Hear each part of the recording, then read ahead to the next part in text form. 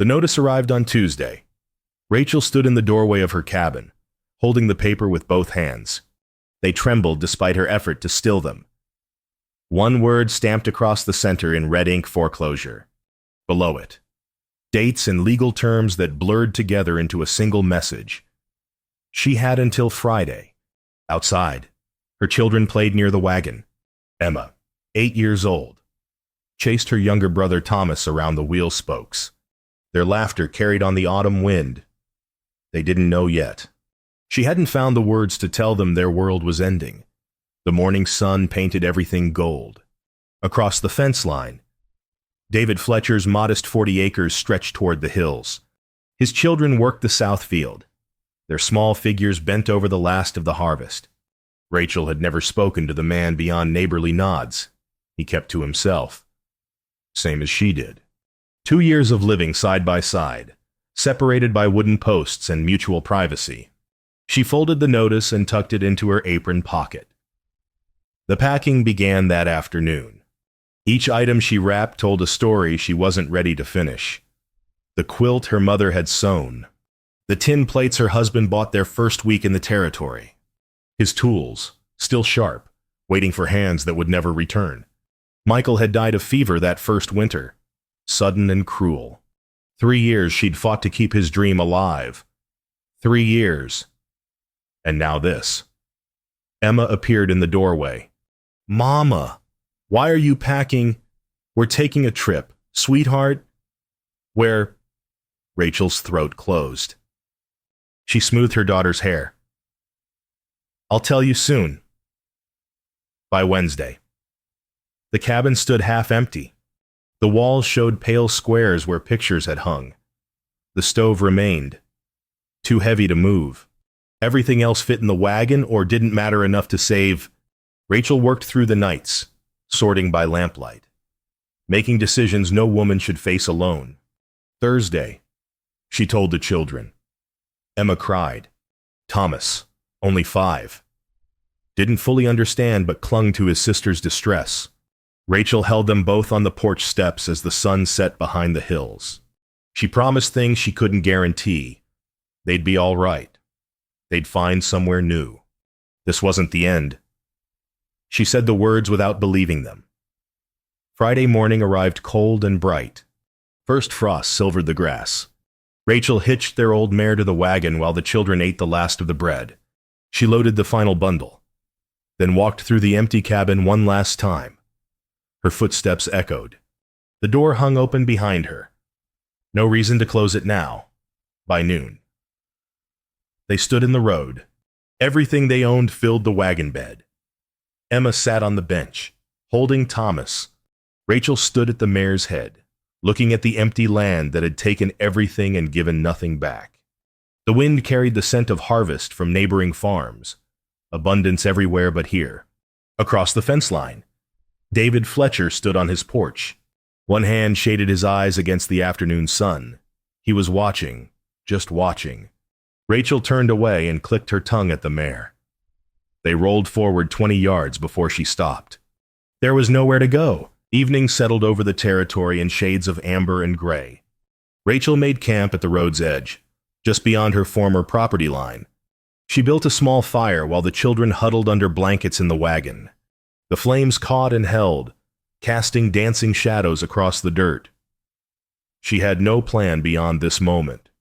Town was 12 miles distant. She had $3. Boots crunched on gravel. Rachel's hand moved to the knife at her belt, but the footsteps were measured, unhurried. David Fletcher emerged from the dimness, his weathered face half lit by firelight.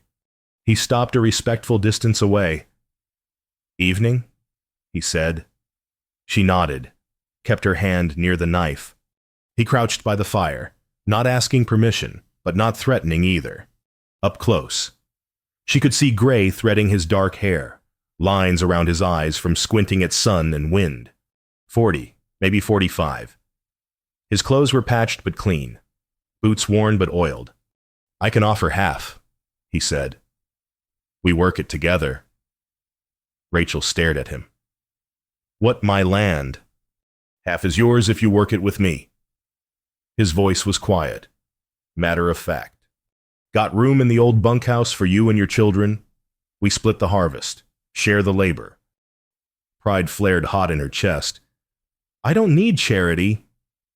Didn't offer charity, offered partnership. He stood, brushing dust from his knees. Think on it. He walked back toward his property, boots loud in the evening silence. But he paused after 10 steps and returned. From under his arm, he produced a basket covered with cloth. He set it by the fire without a word. Then he was gone, swallowed by darkness. Rachel lifted the cloth. Fresh bread, still warm, a jar of preserves, 2 apples. She replaced the cloth and wiped her eyes. The night stretched long and cold.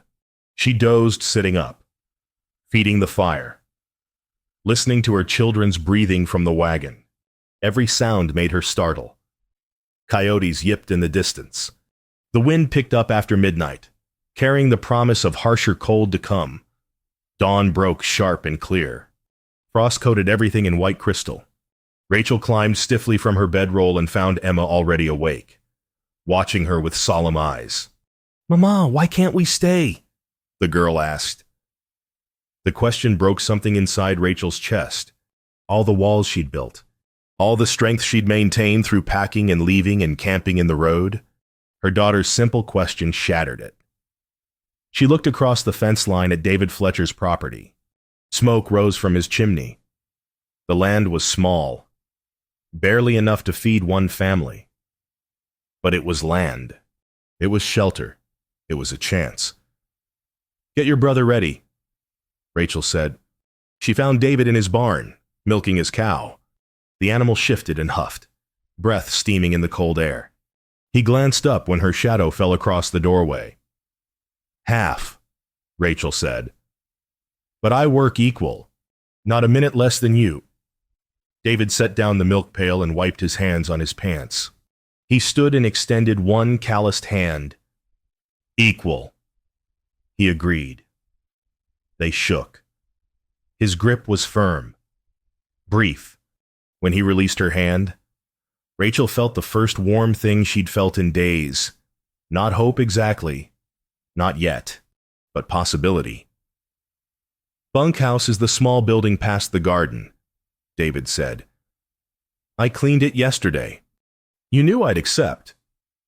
I knew you're smart enough to take a good offer when you see one. Rachel almost smiled. I'll get my wagon. The bunkhouse was weathered gray wood and a tin roof. 1 room, maybe 12 feet square. A narrow bed against one wall. A small stove in the corner. A table and 2 chairs by the single window. David had swept the floor clean. Someone had left a stack of firewood by the stove. Rachel stood in the doorway while her children explored. Emma opened the stove door and peered inside. Thomas climbed onto the bed and bounced once before his sister scolded him. The space was tight but sound. The roof didn't leak. The window had real glass. She'd raised her children in worse. It'll do, she said to the empty yard. Unpacking took an hour. Everything fit or got stored in the wagon, which David helped her park behind the bunkhouse. He worked silently, lifting the heavy items without being asked. When they finished, he nodded once and walked back to his own cabin. Rachel built a fire in the stove and heated water for washing. Emma and Thomas sat on the bed, watching her with uncertain faces.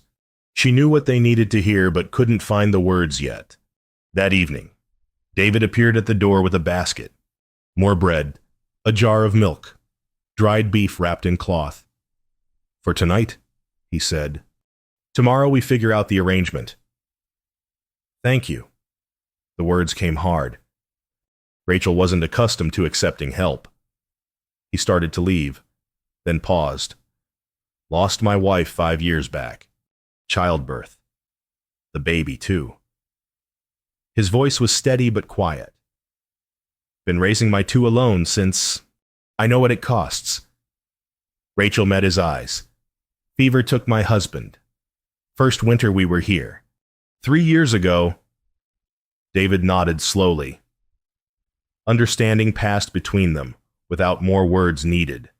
Two people who'd buried spouses and kept going because children needed raising and land needed working. "Supper's at 6 if you want to join us," he said. "Or eat here if you prefer. Either way. We'll eat here tonight. Need to settle in. Fair enough?" He touched the brim of his hat and left. Rachel closed the door and leaned against it. Emma and Thomas watched her from the bed. "Are we staying, Mama?" Emma asked. Rachel crossed the small room and sat between her children. She pulled them close, one on each side. "We're staying," she said. "This is temporary, but it's safe. We're going to work hard and prove we belong here." "I like it here," Thomas said. "Mr. Fletcher has chickens. Mr. Fletcher is being very kind to us." Emma rested her head on Rachel's shoulder. "Will we get our house back?" "No, sweetheart. That house is gone." "Then where will we live?" Rachel kissed the top of her daughter's head. She had no answer. But for tonight, they had shelter and food and a locked door. Tomorrow's worries could wait. She settled her children into bed as darkness fell. Across the yard, lamplight glowed in David Fletcher's cabin windows. Two separate homes on one small piece of land. Two families doing what frontier families did, surviving another day. Rachel lay awake long after her children slept. The stove ticked as the metal cooled. Outside, an owl called through the autumn night. She thought about Michael, about the dreams they'd shared, about how quickly a life could change. Tuesday, she'd had a home. Friday, she'd had nothing. Now she had half of 40 acres and a stranger's kindness. It wasn't much, but it was more than the road. The first week passed in careful distance. Rachel woke before dawn and worked until dark. She took the South 40, leaving David the North. They divided tasks by unspoken agreement. She handled the horses and the kitchen garden. He managed the cattle and barn.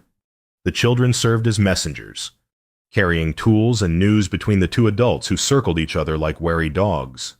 David's son was named Luke, 11 years old and serious.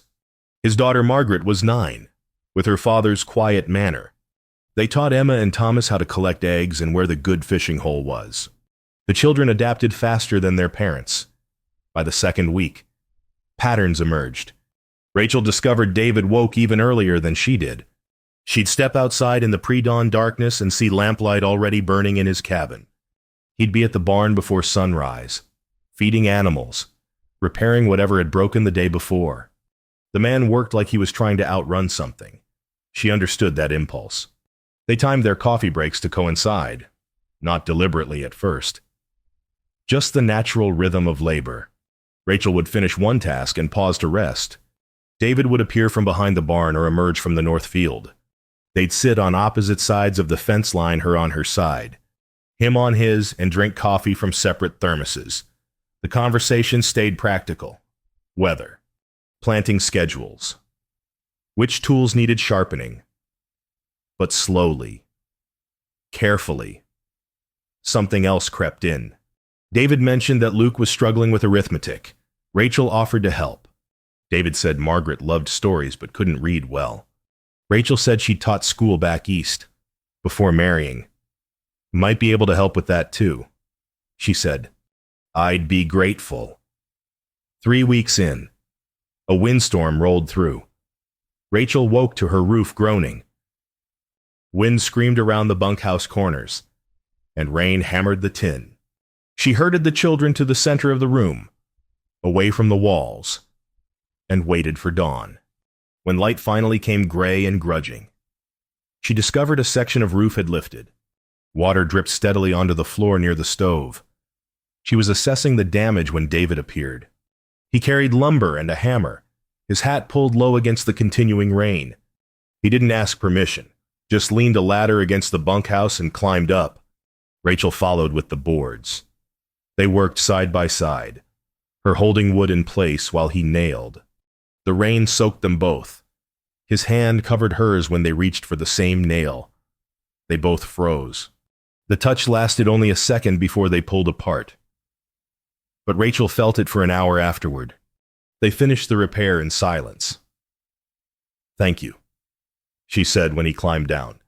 David nodded, water dripping from his hat brim. Storm like that doesn't respect property lines. That Sunday, the children asked to have supper together. Rachel and David exchanged glances across the yard. 4 pairs of young eyes watched hopefully. David shrugged. Rachel nodded. They agreed on Sunday suppers, alternating houses. The first meal was stilted. David's cabin was small and neat, everything in its place. Rachel felt like an intruder. The children chattered to fill the awkward silences. David's cooking was plain but edible. Luke said grace. They ate quickly, and Rachel left as soon as the dishes were washed. The second Sunday was easier. The third, almost comfortable. October deepened into November. Hard frost came early one morning, painting every surface white. Rachel found David teaching all 4 children how to prepare the animals for winter. His voice was patient, his hands gentle as he showed them how to layer straw, check for drafts, ensure water wouldn't freeze. She stood watching longer than necessary. Something in her chest shifted, something she'd thought frozen solid. It felt almost like warmth. Sunset became their time. After supper, after children were settled, Rachel and David would meet at the fence line. The barrier between properties was mostly symbolic now, its posts leaning, its wire sagging. They'd stand on either side and talk while darkness gathered. Nearly lost this place twice, David said one evening. First year after my wife died. Couldn't keep up with the work and the children. Second time was 2 years back. Bad harvest. Worse winter. What saved you? Stubbornness and luck. He paused. Mostly stubbornness. Rachel wrapped her shawl tighter against the November chill. I don't know if I can build something permanent again. Everything I touch seems to crumble. You're still standing. That counts. Barely. Barely's enough. His voice was quiet in the darkness. You keep showing up, keep working. That's all any of us can do. The fence post between them leaned farther. Neither moved to fix it. Rachel started evening lessons the next week. All 4 children gathered in David's cabin after supper. She brought her few books and her patience. They worked on reading, writing, arithmetic. Margaret bloomed under the attention. Luke struggled but persevered. Emma helped Thomas with his letters. David sat in the corner, supposedly mending tack. But Rachel caught him mouthing words along with the children. One evening she paused mid-lesson and looked directly at him. You can join us, she said. He colored slightly. Don't want to take attention from the kids. There's room for everyone. He set aside the harness and pulled a chair to the table. 43 years old and learning to read properly. His fingers were clumsy with the pencil.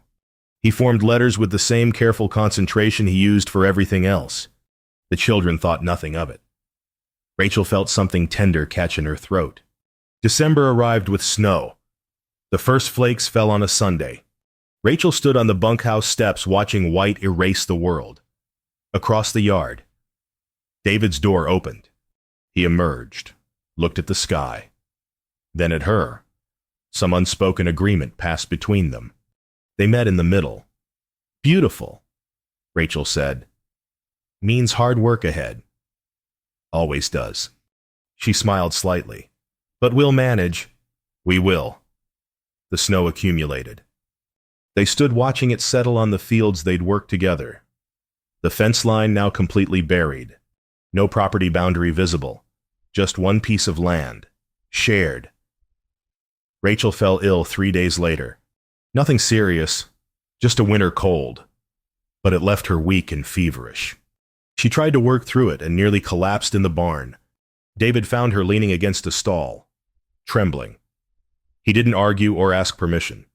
He simply helped her to the bunkhouse and settled her in bed. He brought soup, cool water, extra blankets. His children took turns watching hers. For 2 days, Rachel drifted between sleep and fever while David managed both households. When she recovered, she found her children had been fed, her chores done, her firewood stacked. Emma told her that Margaret had read them stories every night. Thomas reported that Luke had taught him how to whittle. Rachel baked bread the next day, her first strength returning. She made 2 loaves and carried one to David's cabin. He opened the door and stared at the offering. "Thank you," she said, "for taking care of us." He accepted the bread with both hands.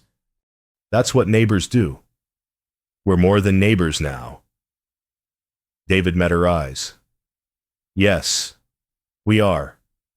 That evening, first real snow of winter arrived.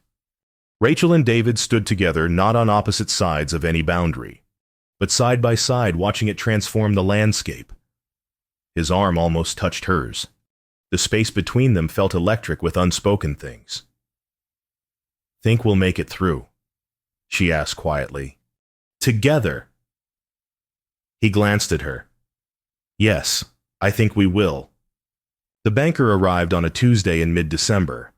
Rachel saw the buggy from the bunkhouse window, black and official, like a crow against the snow. Her stomach dropped. She knew that vehicle, that posture. Martin Thornton climbed down, papers in hand, expression smug beneath his bowler hat. She reached David's porch as Thornton knocked. David opened the door, face going still when he saw who stood there. "Mr. Fletcher." Thornton's voice dripped false courtesy. "I have unfortunate business." He handed over a document. David unfolded it slowly. Rachel watched color drain from his face. His hand trembled slightly, crumpling the paper's edge. 30 days. Thornton said, "Old debt from 2 years back. Interest compounds. Bank requires settlement. I'm making payments." David said, "Insufficient. The note's been called." Thornton's eyes flicked to Rachel. Perhaps taking on additional mouths to feed was unwise. Rachel felt the words like a slap. David's jaw tightened. "My household arrangements are none of your concern," he said. "They are when they affect your ability to pay." Thornton smiled without warmth. 30 days, Mr. Fletcher. Good afternoon." He climbed back into his buggy and drove away, leaving wheel tracks in the snow. David stood holding the foreclosure notice, staring at nothing. Rachel moved to his side. "Let me see it." He handed it over without speaking. The numbers were brutal. He owed more than he'd make in 3 good harvests. The debt stemmed from 2 years prior helping a neighbor whose barn had burned. The neighbor had moved away. David held the obligation alone. "He targeted you because of me," Rachel said quietly. "That's not—" "It is." Her voice was hollow. "Taking me in made you look unstable. Gave them excuse to call the note." The children appeared in the yard, sensing something wrong. Luke's face was pale. Margaret held Thomas's hand. Emma stood apart, watching her mother with knowing eyes. David turned to them. "Inside. All of you. Finish your schoolwork." "Papa, are we losing the farm?" Margaret's voice was small. He couldn't lie. "Maybe." The children filed inside. Rachel heard Margaret crying softly, Luke's voice trying to comfort. Her own children silent with the weight of causing another family's ruin. That night, Rachel did calculations by lamplight. If she left, found work in town, sent money back. If she took her burden elsewhere, if she disappeared before dragging David down further, the numbers suggested it was the only solution. She began packing before dawn, working silently so the children wouldn't wake. The wagon stood behind the bunkhouse, still serviceable. She could be gone by sunrise. David would tell the banker she'd left. Perhaps that would be enough to buy him time. Her hands shook, loading blankets. Tears came, but she wiped them away. This was right. This was necessary. Better one family homeless than 2. Emma woke as Rachel was loading the last bundle. "Mama, what are you doing?" "Hush, sweetheart, go back to sleep." "You're leaving." Not a question. Emma stood in her nightgown, barefoot in the snow, watching her mother prepare to abandon everything again. "You're running away." "I'm saving Mr. Fletcher's farm. By leaving us," Rachel's hands stilled on the wagon, "I'm taking you with me." To where? She had no answer. Emma crossed the snow and took her mother's cold hands. We just found a home. The girl said, "Please don't take us away again." Rachel pulled her daughter close and broke. She buried her face in Emma's hair and cried all the fear, all the guilt, all the exhaustion of 3 years fighting alone. Emma held her mother and said nothing. Sometimes silence was its own comfort.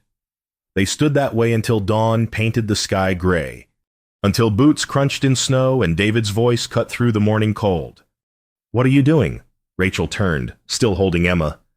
David stood 10 feet away, fully dressed despite the early hour. His face was set, unreadable. "Sparing you my burden," she said. He crossed the distance in 4 strides. His hands gripped her shoulders, not rough, but firm. His eyes were fierce. "You think I shared this land because it made financial sense? David, I watched you stand in that road with nothing. I saw myself 5 years ago. I saw loneliness that matched mine. I saw someone worth saving." His voice dropped. "And someone who might save me back." Rachel stared at him. His hands still gripped her shoulders. Emma had slipped away, giving them space. The wagon stood half-loaded between them like an accusation. "We'll lose everything," Rachel whispered. "Then we lose it together." David's voice was steady. "But we won't lose this. This." He released her shoulders and took her hands instead. The first time he'd done so deliberately. His palms were rough and warm. She felt the calluses that matched her own. "Family," he said simply. "However it formed, whatever it looks like, that's what we've built. And I won't surrender it to a banker who wouldn't know worth if it bit him. Land's more than sentiment. Land's just dirt." He squeezed her hands. "Your home." The words broke through her defenses entirely. Rachel had spent 3 years building walls, staying strong, never leaning on anyone. Now this quiet man was offering to carry half the weight, not out of pity, out of choice. "What do we do?" she asked. "We fight. How can't together?" Movement at the cabin door drew their attention. Luke, Margaret, Emma, and Thomas stood watching. 4 children who'd become something more than 2 separate families. David's son stepped forward. "We're a family now, aren't we?" he asked. The adults looked at each other. Rachel nodded slowly. "Yes, we are. Then we should act like one," Luke said with the seriousness only an 11-year-old could muster. "Families don't quit," David almost smiled. "When do you get so wise? Been listening to you and Miss Rachel." They unloaded the wagon together, all 6 of them. Rachel's flight transformed into fortification. By mid-morning, they'd converted the bunkhouse back into living space. By noon, they sat around David's table with papers spread between them. Rachel produced a ledger. "We need exact numbers. Everything we own. Everything we owe." David provided his records. She added her meager savings. Together they calculated 2 horses, 1 cow, tools, seed, the wagon, their combined labor. It wasn't much, but it was something. "If we approach the banker together," Rachel said, "as a unified household, he'll laugh us out the door. Maybe, but what if we present a real plan? Show him projections, demonstrate we can make payments." She tapped the paper. "I kept books for my husband's business. I know how to make this look legitimate." David studied her. "You really think we can convince him?" "I think we'd better try." They worked through the afternoon. Rachel's education showed in the careful columns, the projected yields, the payment schedule that was aggressive but possible. David contributed his knowledge of the land, realistic estimates of what they could produce. The children helped where they could, copying numbers, running for supplies. By evening, they had a proposal. It wasn't perfect. It relied on good weather and decent prices and both of them staying healthy. But it was solid. It was real. It was a chance. Rachel sat back, exhausted. David made coffee. They drank it side by side at his table, papers between them. Children playing quietly in the corner. "Thank you," David said quietly, "for staying. Thank you for making me stay. Couldn't let you go." He looked at her over the rim of his cup. "Wouldn't—" Outside, full darkness had fallen. Snow began again, soft flakes drifting past the window. The lamp on the table cast warm light across their work, their faces. The evidence of partnership made tangible. Margaret brought them leftover bread and cheese. Emma tucked a blanket around her mother's shoulders. The children had learned to care for adults who carried too much weight. That knowledge came with its own sorrow. But tonight, there was also hope. David walked Rachel to the bunkhouse when the hour grew late. They stood on her steps, breath steaming in the cold air. Above them, stars pierced through the clouds. The fence line was completely invisible now, buried under winter. "Tomorrow we go to town," David said. "Tomorrow we fight." He touched her cheek briefly, barely contact at all, but deliberate. "Whatever happens, I'm glad you're here." Rachel covered his hand with hers, held it there a moment. "So am I." He stepped back, leaving warmth where his palm had been. She watched him cross to his cabin. When he reached his door, he turned and raised one hand. She returned the gesture. Then they went to their separate homes, to sleep before battle, to gather strength for whatever the morning would bring. But the separation felt different now. Temporary. A formality that circumstances required but hearts no longer honored. Rachel lay awake listening to her children breathe. Somewhere across the yard, David was doing the same. Two people who'd lost everything once before, who knew exactly how fragile hope could be. But knowing the risk didn't make them retreat. Sometimes courage looked like standing your ground. Sometimes it looked like opening your door. And sometimes it looked like two broken people deciding they were stronger as one piece. Morning came cold and bright. Rachel dressed carefully, her best dress, mended at the sleeves but clean. She pinned her hair up proper and checked her reflection in the small mirror. Respectable. Determined. A woman who meant business, not charity, across the yard. David emerged in his Sunday clothes. Dark jacket, clean shirt, hat brushed free of dust. They'd agreed the night before present themselves as a unified household, serious and prepared. The children lined up on the porch to see them off. 4 worried faces trying to be brave. Luke held his sister's hand. Emma kept her arm around Thomas. They understood what was at stake. "We'll be back by supper," David said. "Mind the animals. Help each other." "Yes, Papa," Margaret said. The other children nodded. Rachel climbed onto the wagon seat. David took up the reins. They rolled toward town through snow that sparkled under morning sun. Neither spoke much during the 12-mile journey.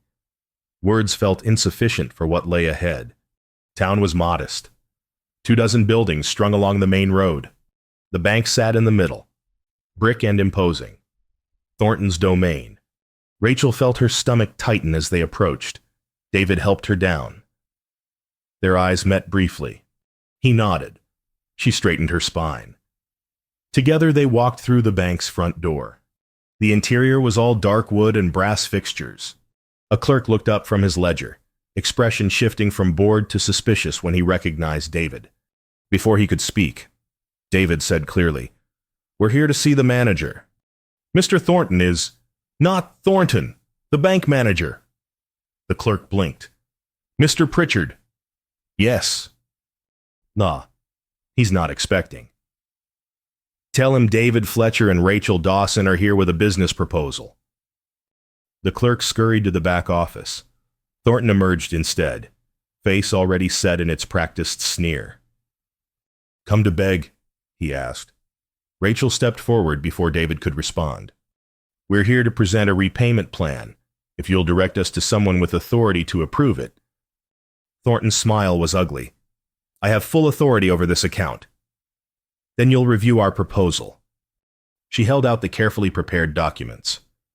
We've outlined a realistic schedule based on projected yields and market prices. The math is sound. He barely glanced at the papers. 2 failures don't make a success. We're not failures. David's voice was quiet but steel hard.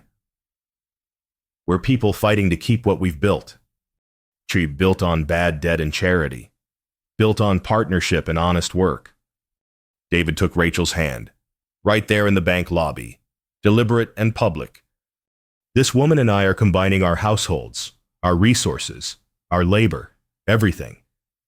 That makes us stronger than we were separate. Thornton's laugh was sharp. You think the bank cares about your romantic notions? I think the bank should care about getting paid. Rachel refused to rise to his bait, which is what we're offering. Full repayment over time, documented and legal. You can't possibly review the numbers. For the first time, Thornton actually looked at the papers. His expression shifted from smugness to concentration.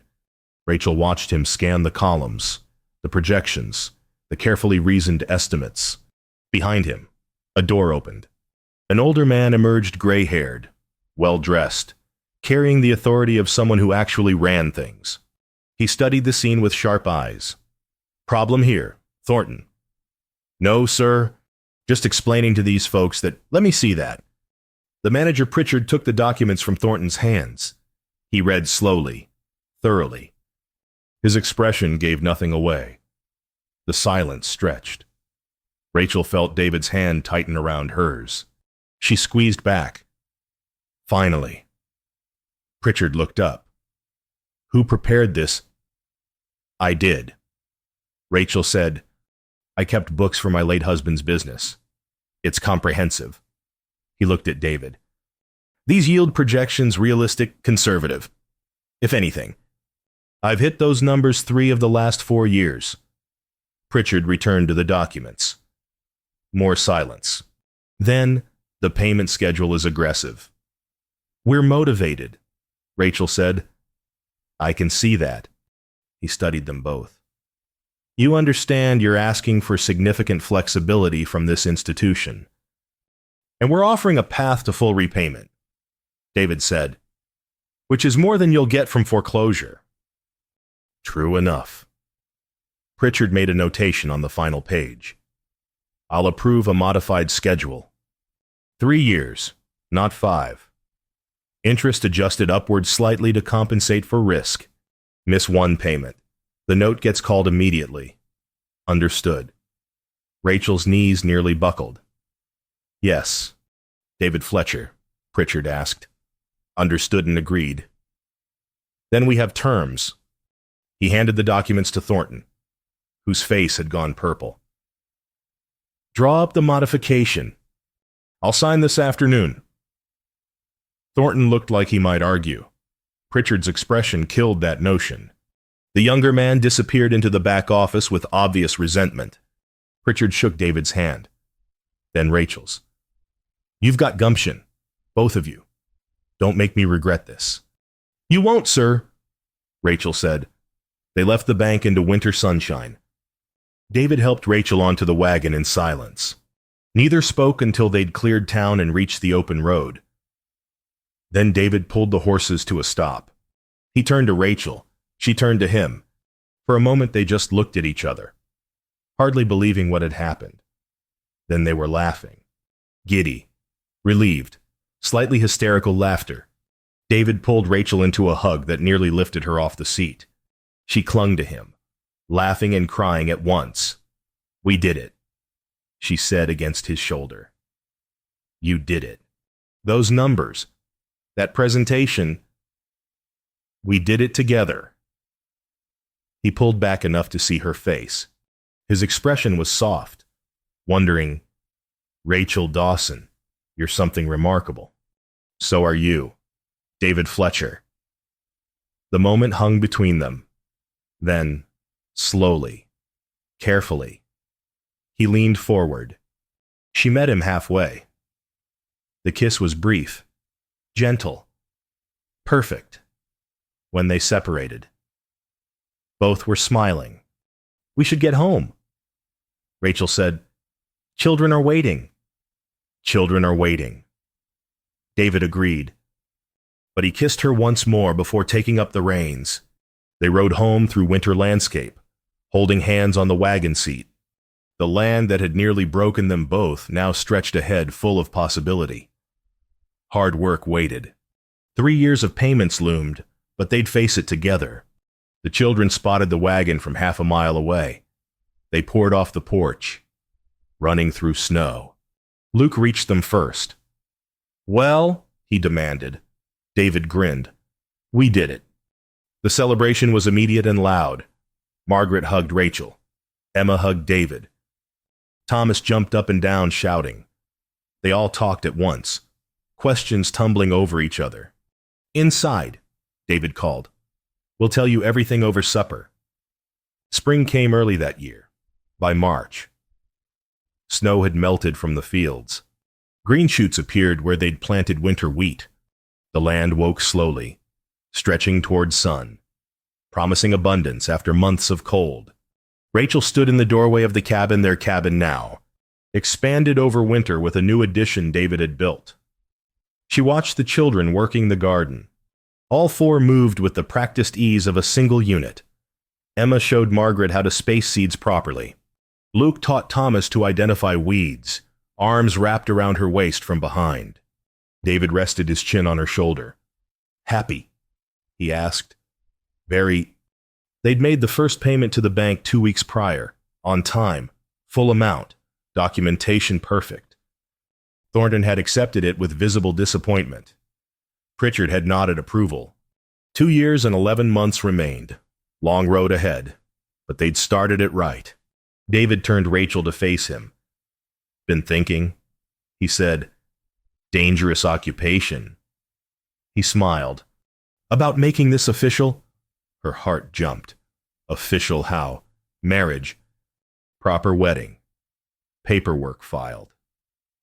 Single claim in both names. He paused. If you'll have me... Rachel touched his face. Are you sure once we're legally bound? We've been bound since the day I found you loading that wagon to... leave. His voice was gentle. Made my choice then. Making it permanent now seems only sensible. Sensible. And because I love you. The words hung in the air between them. First time either had spoken them aloud. Rachel felt tears prick her eyes. I love you too, she whispered. He kissed her there in the doorway of the home they'd built together. The children whooped from the garden. Having noticed, David and Rachel broke apart laughing. Guess we'd better tell them officially, David said. They married in late April. Simple ceremony at the small church in town.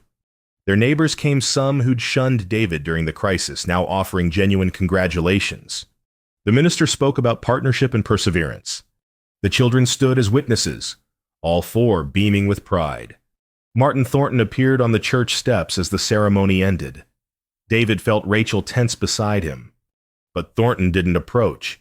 He simply watched from a distance. Expression unreadable. When David and Rachel emerged as husband and wife, Thornton nodded slightly. Then he walked away. Some battles were won without words, by simply refusing to break. By building something the opposition couldn't tear down. The reception was held at their farm. Neighbors brought food, music played, children ran wild in the spring sunshine. Rachel stood with David's arm around her waist and looked at what they'd created from nothing. Luke approached with Margaret, Emma, and Thomas in tow. The four children had drawn a picture together, the cabin, the barn. 6 figures labeled family. For you, Margaret said, handing it over. Rachel's throat closed. David pulled all 4 children into a hug. No more his and hers, just theirs. As evening approached, guests departed. The family cleaned up together, working in practiced harmony. When the last dish was washed, David sent the children to bed. They went with only token protest, exhausted and happy. Rachel and David stood on their porch watching stars emerge. The land stretched quiet around them.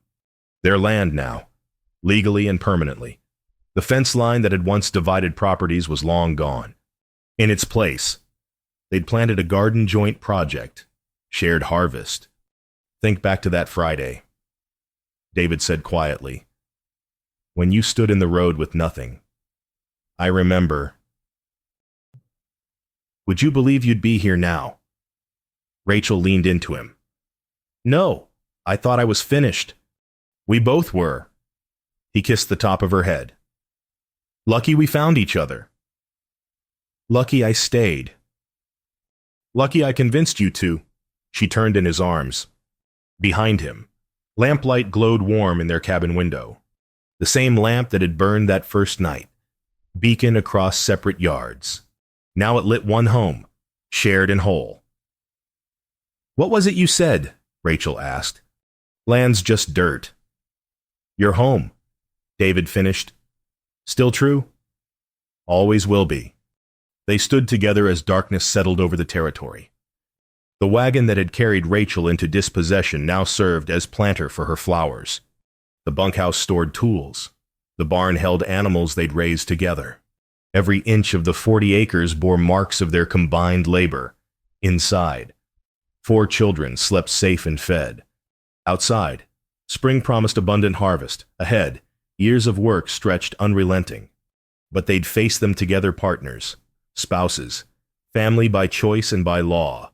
Rachel thought about the foreclosure notice she'd received that Tuesday morning, the red stamp that had seemed so final, how one piece of paper had ended everything and begun something else entirely. Sometimes loss cleared space for better things. Sometimes endings were really beginnings wearing disguise. David took her hand. Ready for bed. In a moment. Rachel wanted to hold this a little longer. The peace, the wholeness, the simple miracle of standing on land she didn't have to leave. Just a moment more. They stayed on the porch while stars multiplied overhead. The lamp in the window glowed steady and warm. Tomorrow would bring work it always did. But tonight was for gratitude, for looking at what they'd built from desperation and stubbornness and unexpected love. Thank you, Rachel said. For what? For offering half when you had so little. For choosing me over land. For being exactly who you are. David pulled her close. Thank you for accepting. For staying, for turning my half into a whole. The night deepened around them. Somewhere distant, a coyote called. The wind carried scents of growing things. Spring was here, full of promise, inside. The children dreamed safe dreams. Outside, 2 people who'd lost everything once stood holding tight to what they'd found. Not perfection, not ease. Just partnership and persistence and the quiet courage of people who refused to quit. Rachel looked at the lamp one last time before going inside. It would burn through the night, as it did every night. A beacon in the darkness. A promise kept. A symbol of home, hard won and held fast. Together. They closed the door behind them and stepped into warmth.